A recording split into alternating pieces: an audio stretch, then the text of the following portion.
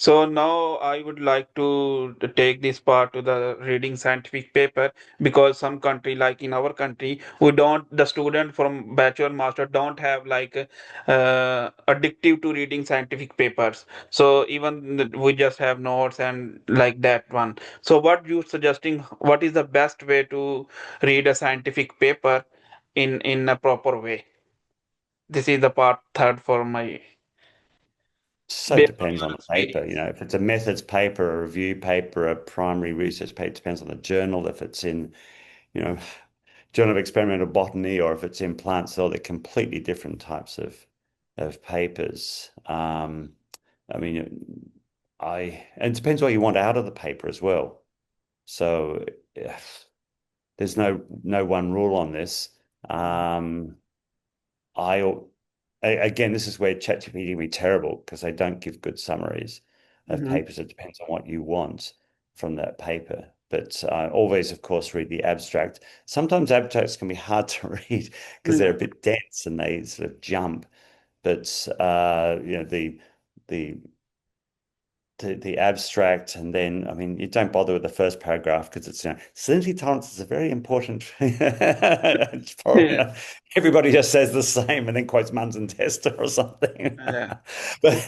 But so often the first paragraphs aren't that interesting, but sometimes the last, if it's a well-written paper, the last paragraph of the introduction can be good because it's as a good thesis. The end of an introduction to a thesis should have the hypothesis that's been tested, to use the scientific formalism, and the sometimes the aims and objectives, and that can be really good, part of the paper to read at the end of the introduction.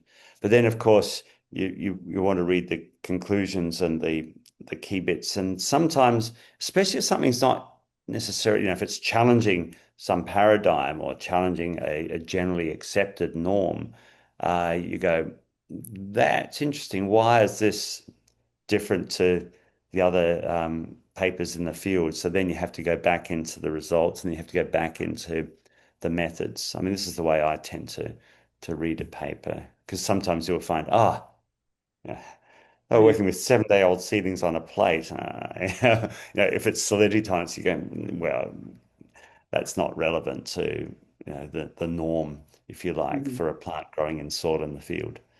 So, or at least in transpiring conditions. So sometimes you have to go all the way back to try to winkle out to understand why a particular conclusion is not what one might expect.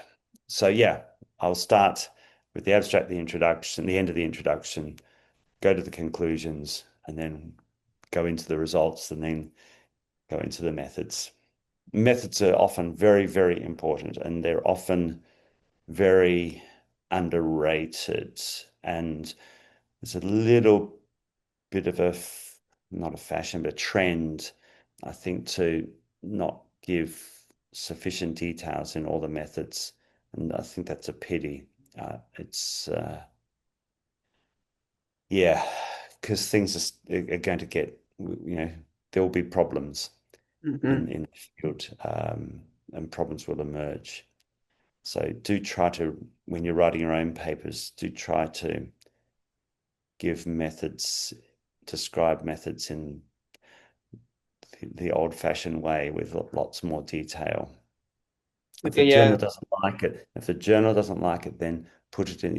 This is a very, very positive trend about online publishing. You've got all those opportunities in supplementary methods. So if the journal says we don't want to publish 2 pages on methods, you accept that, but then hold your fire there and put it into the supplementary methods, the Yeah. supplementary materials of the journal. Thank you for